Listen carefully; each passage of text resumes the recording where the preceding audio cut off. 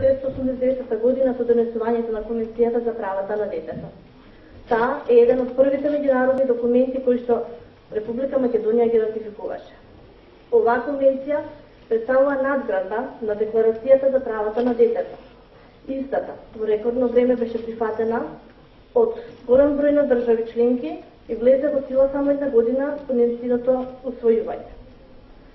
Сепак, иако еден од најшироко прифатените документи, имплементацијата на правата на децата се уште представува сериозен проблем во многу земји во светот, исто така тука вклучувајќи и Република Македонија.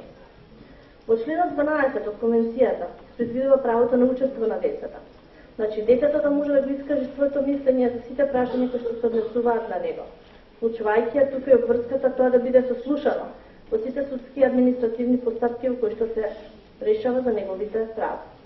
Ова е едно од најзначајните права во Конвенцијата, значи еден од најзначајните членови, затоа што ги третира децата не како пасивни субјекти на правата, туку активен субјект кој што треба да го каже своето мислење и да каже што мисли во однос на сите постапки кои што се однесуваат на неговите права.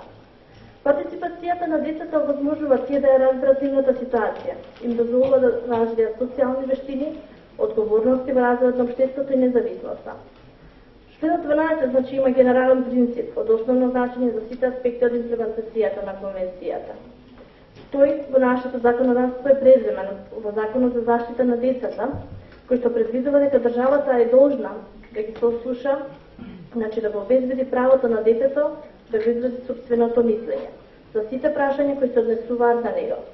И истовремено на мислењето на детето да му биде посветено должно внимание во согласност со годините на живот и зрелост на детето. И покрај одредени законски одредби, во законодавството на Република Македонија се уште не е обезбедена доследна примена на правото на учество од Конвенцијата. Во законодавството не се предвидува врската да се консултира детето во врска со медицински интервенции врз него, имајќи ја предвид неговата возраст и зрелост. Исто така во Законот за лично име се предвидува дека промена на името на детето се врши по барање на неговите родители, посвоители или старателот. Ако се баре промена на личното име за дете кое наполнило 10 години, потребна е и негова согласност, но не може само да инициира постапка за промена на името. Ова е нелогично решение, особено докато се има предвид дека на малолетник со навршени 16 години му се дозволува вклучување на брак, што има далеку поголеми последици од промената на името. Еден од основните проблеми за примена на членот 12 од Конвенцијата во нашата земја е непостојање на законски предвидена обврска, родителите да го консултираат детето кога носат одлуки за него неговите интереси. Поради тоа имаме една ситуација кога се до 18 години родителите ги носат нашите одлуки, а потоа преку ноќ со навршени 18 години детето има право да ги носи сите одлуки. Слободата на детето на изражување на мирно собирање, која што се содржи во членот 15 од Конвенцијата, спаѓа исто така во рамките на правата што детето го сметаат за активен субјект, кој ужива определени права и кој мора да му се обезбеди ползување на определени слободи. Правото на здружување како облик на манифестирање на волјата во определен правец се надоврзува на правото на изразување личен став и мислење.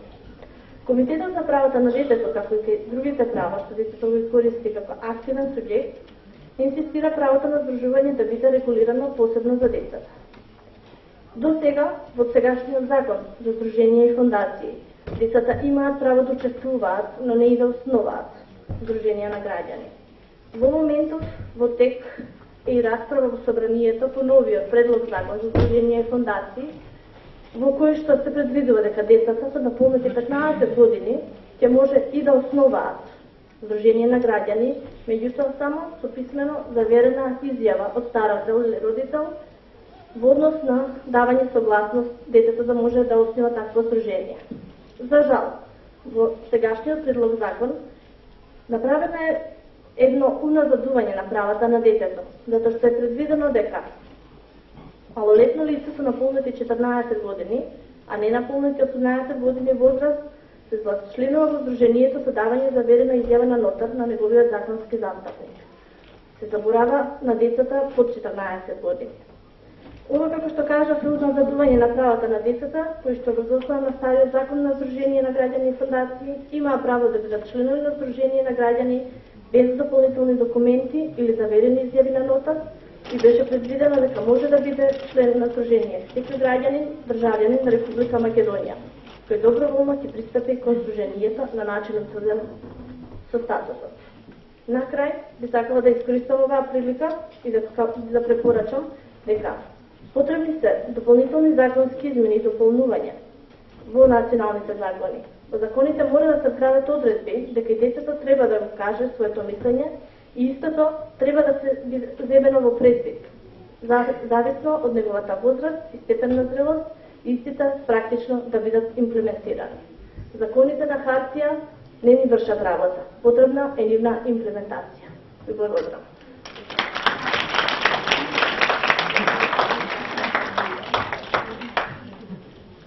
И благодариме на говорот. Во меѓувреме имаме едно известување, бидејќи представникот од Министерството за труд и социјална политика го потврди своето присуство и е на пат за навака. За да не губиме од своето време, ќе продолжиме во следниве 25 минути со дискусијата со говорниците кои ги слушнавме во вториот дел. Во оваа дискусија ќе не водат модераторите Фикрет Весели и Наташа Лазова.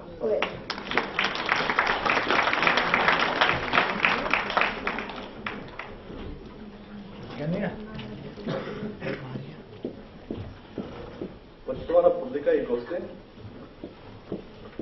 сега отвараме средата и поставаме дискусија од конференцијата и ја повикуваме да поставате прашања до нашите гости. Може да напоменеме кие се нашите гости. Госпојата Кетленка Јованова, представник од Софијскиот комитет за човекови права, госпојата Неленка Крушаровска, заменик народен правобранител и раководител на Одделението за детска заштита, и госпојата Нада Стојменова, советник на секторот за средно и основно образование. Значи, после истрпните презентирање на нашите гости, имавме можност да слушнеме интересни согледувања на проблематиките со кои се среќаваат овие општествени институции. Се надеваме дека истите го предизвикаа вашиот интерес. Особено ми е драго што представниците од наведените институции се дел од нашата програма, односно да се приклучат да учествуваат за тоа што сега имаме можност оние кои се неодговорни и неблиски врзани со проблематиките на детските права да бидат заедно со нас денес тука и да можат да им постават директни прашања до нив. Затоа да молам, значи следните 25 минути да ги искористиме максимално и да поставиме што поголем број на прашања на нашите гости, кои што се тука баш за тоа да ни одговорат на нашето прашање. Може да започне. Имам прашање во физични дел. Значи, две прашања имам за господја Крушаровска. Во вашето излагање рековте дека многу малку е бројот на представките, каде што децата само инициативно поднесуваат представка, односно се обработуваат. Дали сте направиле анализа или сте размислувале кои се причините поради таквата состојба? Дали се плашат, дали не знаат, дали не им дозволуваат родителите или пак има некоја трета причина? И второ прашање, знаеме, нели, државен орган работите во основа на представки или барања обратени до вас. Дали само иницијативно, значи секојдневно се соочуваме со случаи каде што има повреда на човековите права, поготово на детските права, дали само иницијативно покренувате постапка во склоп на вашата работа? Фала. Благодарам за прашањата. Значи, како што кажав, децата многу малку поднесуваат самоиницијативно поплати до нашата институција. За да утврдиме кои се причините за тоа, не сме правиле некоја детална анализа. Меѓутоа, секоја година посетуваме по околу 10, да не кажам, лично зависи која година, каде што особи средни зборуваме за правата на децата и за нашата промоција на нашата институција и можност дека тие можат лично да обратат за нашата институција. Не само што разговараме со децата за нивните прави и за можностите за заштита, туку имаме и наши брошури кои што се достапни и во канцеларијата, но и во училиштата. ги повикуваме секој децата за вистина да се обратат до нашата институција, меѓутоа кои се причините за тоа? Јас мислам дека од оние истражувања што ги имавме, колку децата ги знаат правата, имаше едно од прашањата колку децата ги знаат институциите каде да се обратат. Значи најголемиот број од одговорите на децата беше дека што не ги знаат институциите, тоа значи дека не знаат многу и за нашата институција, кој ние се видуваме на разни начини како да ја промовираме нашата институција. Меѓутоа една од причините на вистина што е негативно за нашата институција, значи како минус, недоволно познавање на институциите каде и како да се обратат за заштита на нивните права. Ние во рамките на нашите можности, материјални и кадровски, се обидуваме да имаме и почести трибини, непосебно со децата и со граѓаните во повеќе општини, особено во руралните средини. Имавме претходните години неколку кампањи со цел да подигнеме свеста и кај граѓаните и кај децата дека Народната правобранителна институција која токму обезбедува заштита на правата на граѓаните. Тоа е во поглед на првото прашање. Во поглед на второто прашање, дали покренуваме постапки по собствена иницијатива, значи многу често. Најчесто ако покренува нови управлените постапки по собствена иницијатива, тоа е во поглед на детските права. Значи секој што ние дознаеме од било кој начин, дали преку телевизија или пишаните медиуми или дојава од невладини организации или од граѓани или од анонимни, било како, значи на било каков начин добиеме било какво сознание дека станува збор за повреда на правата на децата, надежните институции не преземаат ништо за заштита на правата или преземаат мерки кои што не се соодветни, секогаш реагираме. Значи најголем број представки по собствена иницијатива токму се однесуваат на детските права. Благодариме на говорот. Имаме следно прашање. Јас се извинувам што прекинувам дискусијата, но пред да продолжиме со следните прашања, сакам да приветствам и господја Елена Лазовска, представничка од Министерството за труд и социјална политика, односно раководител на одделението за социјална правна заштита на децата и семејството.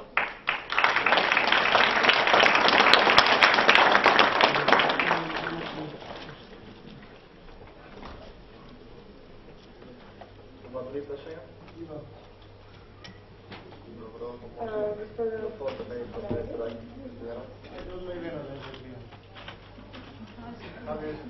Микрофонот?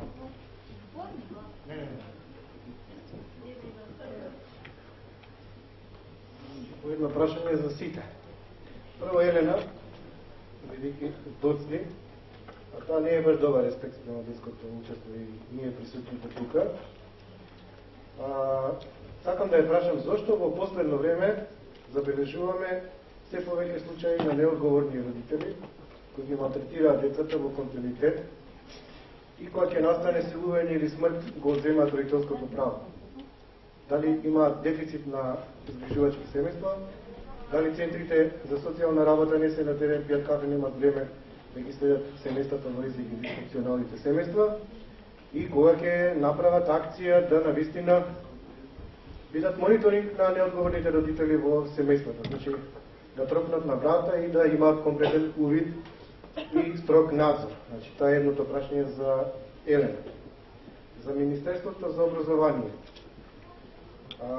Дали бе загрижува сознанието дека децата најмногу дознале за правата на децата во училиштата, најмалку се жалат кај училишните педагози и психолози кога правото им е прекршено? Што прават овие служби? Дали тие пијат кафе или немаат време да постигнат со толку многу ученици да разговара со децата и нивните проблеми? На Кетики поставаме едно прашање за Невенка на крај. Дали ако се формира институција детски омбудсман, Кетика се подобри состојбата со правата на децата во Македонија? Како посебна институција. А за Невенка, дали забележува дека јавниот обвинител кога има основа за кривично гонење молчи и неќе да се судри директно со институциите, властите кога навистина има карактеристичен пример кога може кривично да гони и дали народниот правобранител има механизми неодговорноста на јавниот обвинител да ја санкционира или пак да ја потикне да си ја врши службата. Благодарам.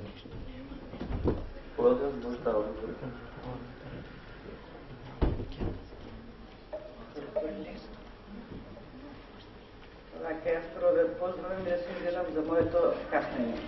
Не се работи воопшто за непочитување, не поеднете други објективни причини. кои што не би сакала да ги кажам.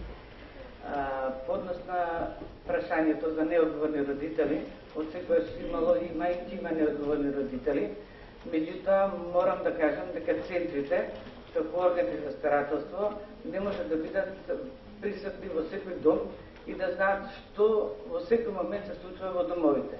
Центрите за социјална работа се екипирани, можда не доволно према проблематиката што работат, меѓутоа секогаш кога ќе имаат сознание дека некаде нешто се случува, ќе отидат на лице место, ќе утврдат настанатата состојба, причините и ќе се договорат што понатака ќе преземат, какви мерки ќе преземат. Одземањето на родителското право секогаш не е приоритетно и тоа е мач со две острици. Дали треба, кога треба и према кого треба да се преземе таа мерка. Ако целевте на последниот случај што беше во Прилеп, можам само да ви кажам дека се уште не е покрената постапка за одземање родителско право, иако во јавноста процури информација дека таква постапка е покрената. Ние приспремаме утре, да имаме договорено утре да отидеме во Прилеп, да видиме што е превземано од страна на центарот. Може да ќе направиме зависно од тоа што ќе најдеме во списите, како ќе оцениме, може ќе направиме во посета и во домот на родителите, а може ќе одиме и кај во семејството кај што е сега моментално сместено детето кај нека тетка. Дали ќе се одземе на тие родителското право или не, то прва треба да видиме што ќе направиме, а одлука да конечна сепак ќе донесува судот, а не центрите.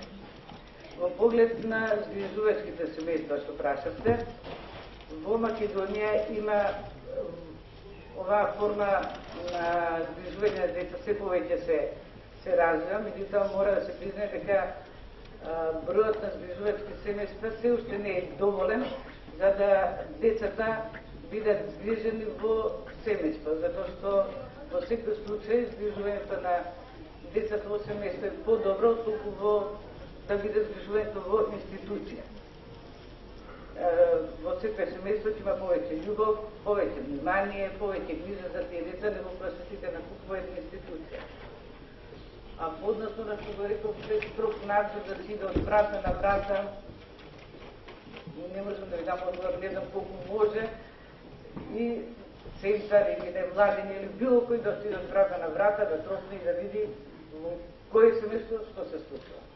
Тука е сепак и одговорноста на граѓаните, секогаш кога ќе имаат макар и сомневање дека во некој семејство нешто се случува, да дојават во центар или во невладина организација и пред се соработката на владиниот и невладиниот сектор.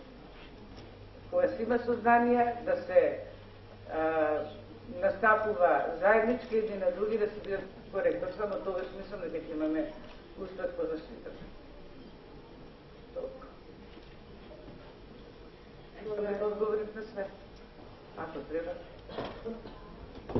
Благодариме Лазар.